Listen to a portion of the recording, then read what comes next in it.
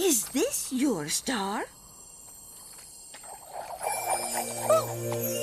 Oh my! You make stars.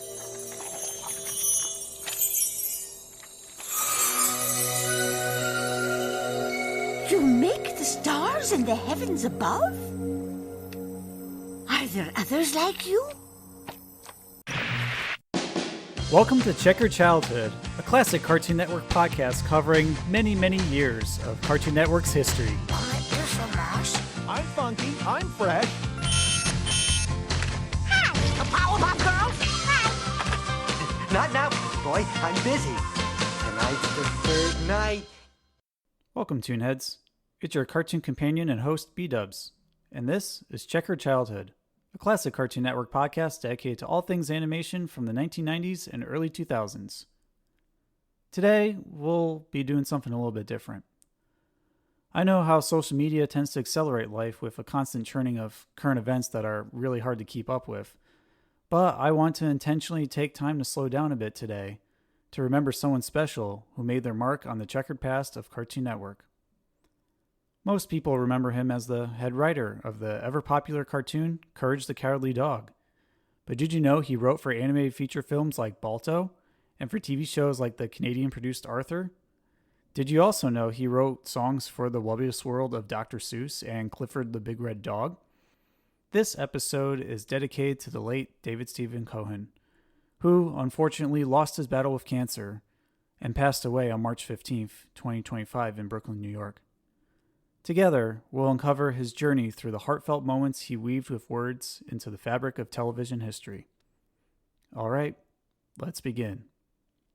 David Steven Cohen was born on August 5th, 1958, in Brooklyn, New York, a section of the city known for its colorful neighborhoods, thriving art and entertainment scene, and of course, the Brooklyn Bridge. David spent his high school years writing for school newspapers and magazines to unleash his creativity. He then attended Brooklyn College and earned a degree in psychology.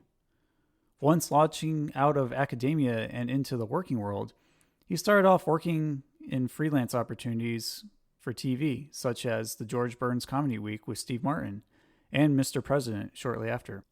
These gigs led into his first foray of animation by co-writing episodes of Alf Tales in 1988. His love for writing children's show material continued into one or two episodes on Pee-wee's Playhouse, and later into Steven Spielberg's Tiny Toon Adventures, and then sidestepping into an obscure 1993 TV movie, A Cool Like That Christmas, which was actually directed by David Feast of Cow and Chicken fame.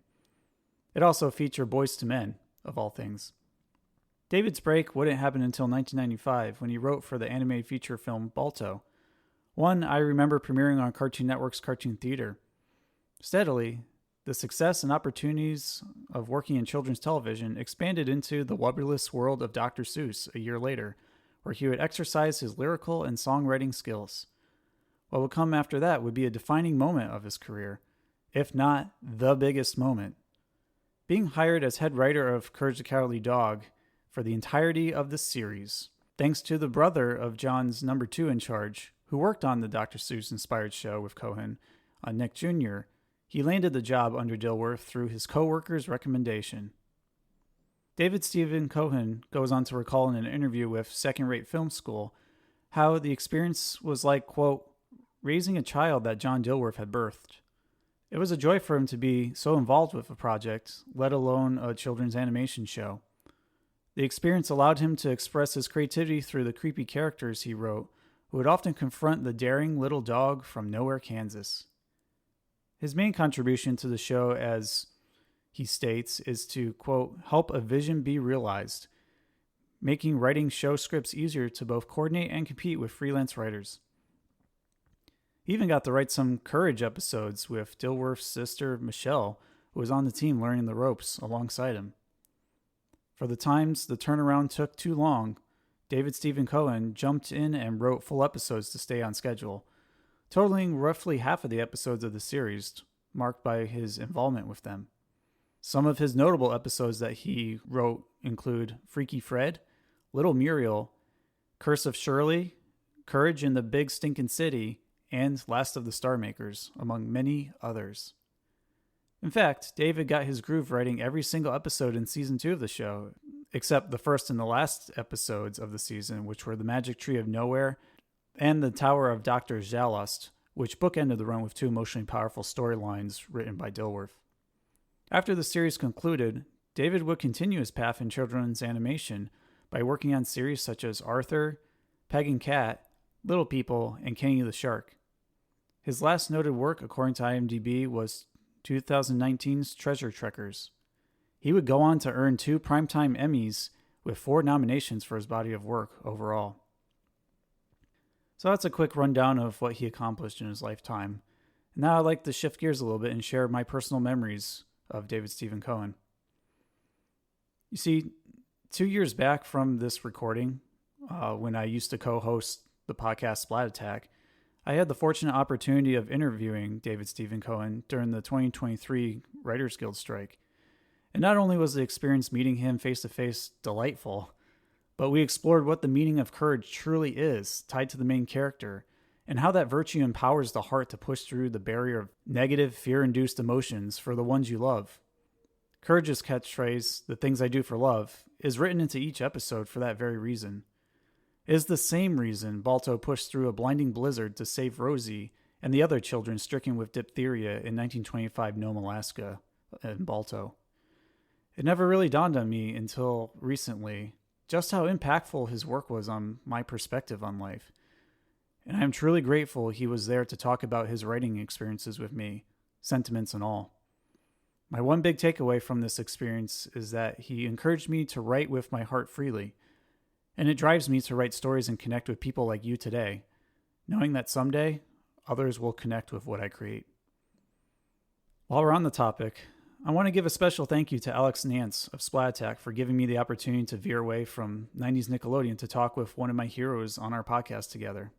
I'd also like to thank Julian Hester of the Cartoon Chronicles, as well as Kaylin and Christian from That's Pretty Dark and Andrew of Second Rate Film School for keeping his memory and wisdom alive through their interviews with David Steven Cohen.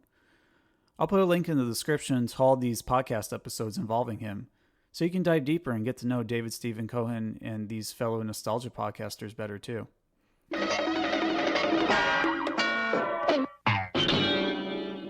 So with everything being said, why does David Steven Cohen and writers matter? Whether we realize it or not, writers are the glue that holds any creative piece of media together. Even though we can't see their words as clearly as the flashy images we view on screen, we can still feel them. And when those words are crafted in such a caring way that they make us feel alive, we create powerful, enduring memories.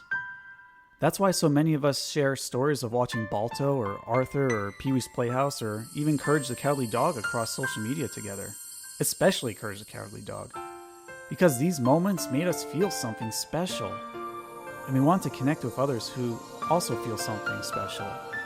Something we can deeply, innately understand in time, together. David Steven Cohen is a unique writer in the sense that he knows how to marry horror and heart in a way that feels like a wild roller coaster going through the story. But at the end, you are happy you went through it all so you can experience the story all over again. Whether it's Balto delivering the medicine to sick children who live to tell the tale of his harrowing tale, or a little pink dog whose love for his owner is stronger than any scary foe thrown at him, we are all reminded of the beautiful storytelling David has accomplished through his work. No matter what our memories of David or his stories are, what he did for us shall be remembered for generations to come, as long as we continue to keep those memories alive in our hearts. May he rest in peace among the stars and star makers in the night sky above. We love you, David. So that's it for our episode. Short, sweet, and to the point. Here's our closing question. What fond memories come to mind when you think of David Steven Cohen and his body of work? Do you remember him best from Courage the Cowardly Dog or another project he worked on? Share your response with me in an email sent to checkerchildhood@gmail.com, and I'll happily read some in an upcoming episode of this podcast for you. Thank you for tuning in and sharing in the Cartoon Network nostalgia with me today. I always appreciate connecting with others in the world who love cartoons as much as I do. If you enjoyed this episode, it would fill my heart with joy if you rate and review this podcast on Apple, Spotify, or wherever else you listen to your preferred podcast platforms, as it will help this podcast and my efforts to make it great grow. I'll be sure to honor your reviews too by reading them in a future episode. And if you tell a friend about this podcast, who knows, they might get into it too and share in the discussion of why Classic Cartoon Network is still just as great as it was when we first watched it. Alright, ToonHeads, check in next time when we visit the Bag Farm as we confront our top 10 episodes of Courage the Cowardly Dog. Which ones will terrify us to the bone, and which ones will open our hearts like Muriel's Happy Plums? Join us for episode 4 to find out. To all my fellow ToonHeads out there listening, thank you for being here today. It was a joy and a pleasure to share these checkered childhood memories with you and honor the memory of a man who understood the beautiful depths of emotion through his writing. I genuinely appreciate your willingness to listen to this little modest show of mine, and I hope, like best friends, we'll gather around our cartoon campfire and do it again soon. Well, it's getting late, and I think it's time to feed the dog. He's pretty good at protecting us from the creatures of the night, but I gotta make sure he has the right amount of food to give him the energy to do so. Have a toonerific day, my friends. Thank you again for joining me on another episode of Checkered Childhood. See you later.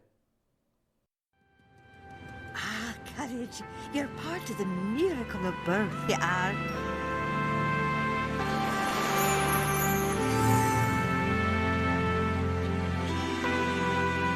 Courage, look! How lovely! She's becoming a garden, from making stars above to making flowers on the earth. Now that's the mystery of life, it is.